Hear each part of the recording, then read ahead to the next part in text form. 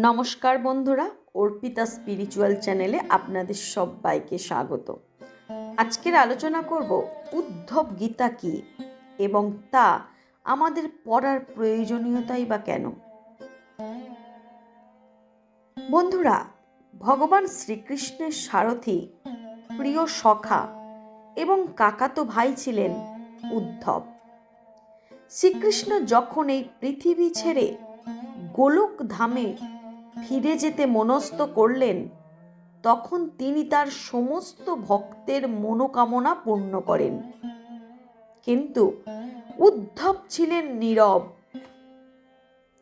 এই নীরব আছেন দেখে ভগবান তাকে কিছু চাইতে বললেন। তখন উদ্ধব বললেন, প্রভু, আমি তো আপনার কাছ থেকে কোনোদিন কিছুই চাইনি, তবে আজ কেন চাইব? শ্রীকৃষ্ণ বললেন, উদ্ধব, আজ তুমি না চাইলেও আমি তোমাকে কিছু দেব, না দিলে যে অবিচার হবে। তা শুনে উদ্ধব বললেন, বেশ, তাহলে যদি কিছু দিতেই চান তবে আমার কিছু প্রশ্নের উত্তর দিন। ভগবান বললেন, কি প্রশ্ন বলো, আমি নিশ্চয়ই উত্তর দেব।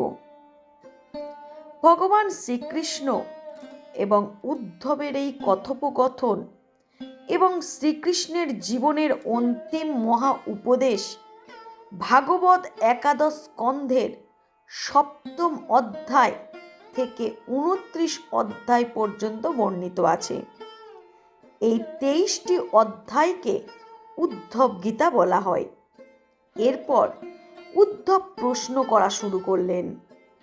তিনি বললেন, প্রভু, প্রথমেই আমাকে বলুন, প্রকৃত বন্ধু কে? ভগবান শ্রীকৃষ্ণ বললেন, প্রকৃত বন্ধু হলো সেই যে বন্ধুর বিপদে সাহায্যের হাত বাড়িয়ে দেয়।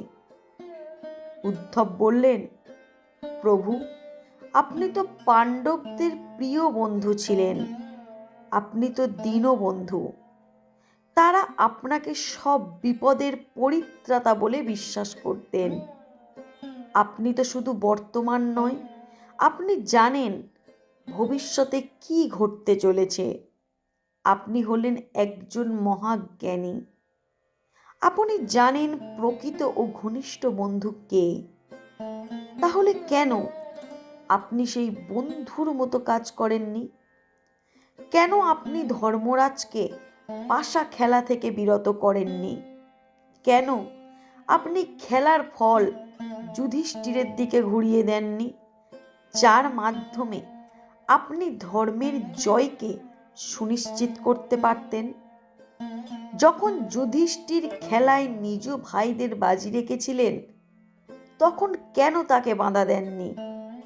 অন্তত যখন দুর্যোধন ধর্মরাজকে তাদের সৌভাগ্যের উৎস দ্রৌপদীকে বাজি রাখলেন, তার হারানো সব কিছু ফেরত দেওয়ার প্রস্তাব দিয়ে, তখন আপনি তো হস্তক্ষেপ করতে পারতেন, বা আপনি তখন আপনার ঐশ্বরিক ক্ষমতা ব্যবহার করে পাশার ঘুঁটিকে ধর্মরাজ যুধিষ্ঠিরের পক্ষে চালিত করতে পারতেন।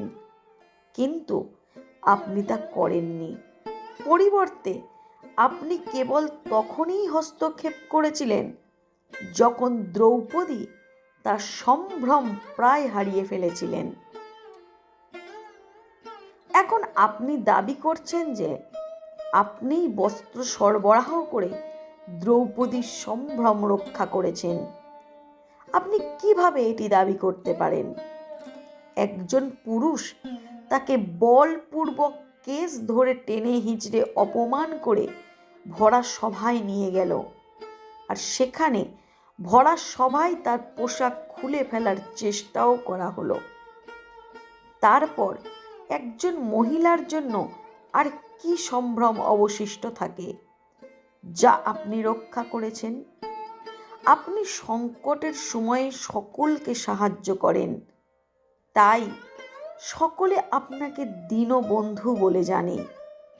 কিন্তু যদি আপনি সংকটের সময়ে সাহায্য নাই করেন, তাহলে এই সাহায্যের অর্থ কি?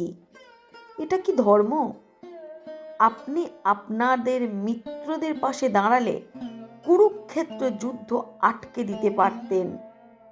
আপনি আমাকে বলুন, কেন আপনি পাণ্ডবদের সব থেকে বড় বিপদে তাদের পাশে দাঁড়ালেন না? এই প্রশ্ন শুনে ভগবান শ্রীকৃষ্ণ হাসতে শুরু করলেন। বললেন, প্রিয় উদ্ধব, আমি তোমার সব প্রশ্নের উত্তর দেব, তবে তার আগে তোমাকে জানতে হবে ভক্ত, ভগবান ও বন্ধুত্ব পালনের কিছু নিয়ম।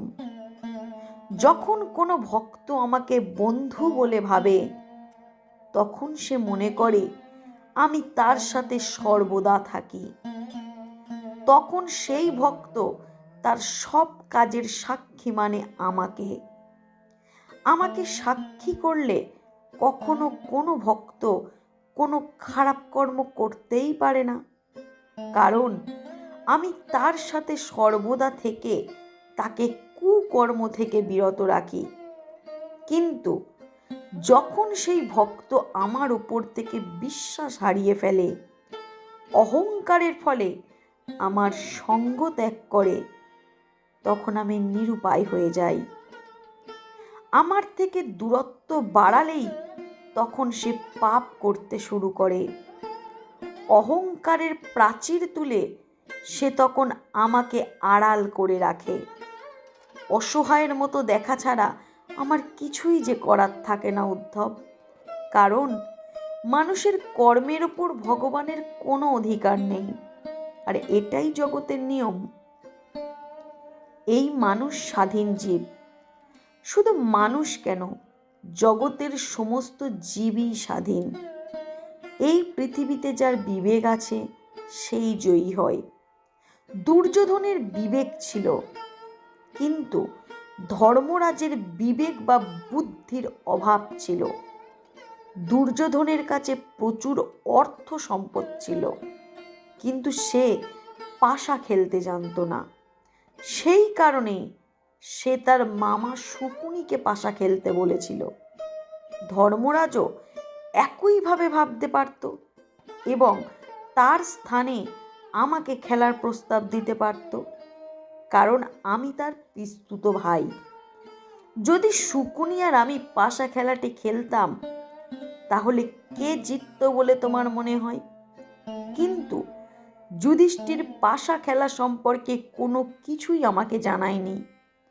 ভীম, অর্জুন, নকুল, সহদেব যখন একে একে নিজেদের স্বাধীনতা হারাচ্ছিলেন, তখনও তারা কেবল দুর্যোধনকে অভিশাপ দিচ্ছিল এবং তাদের ভাগ্য নিয়েই চিন্তা করছিল।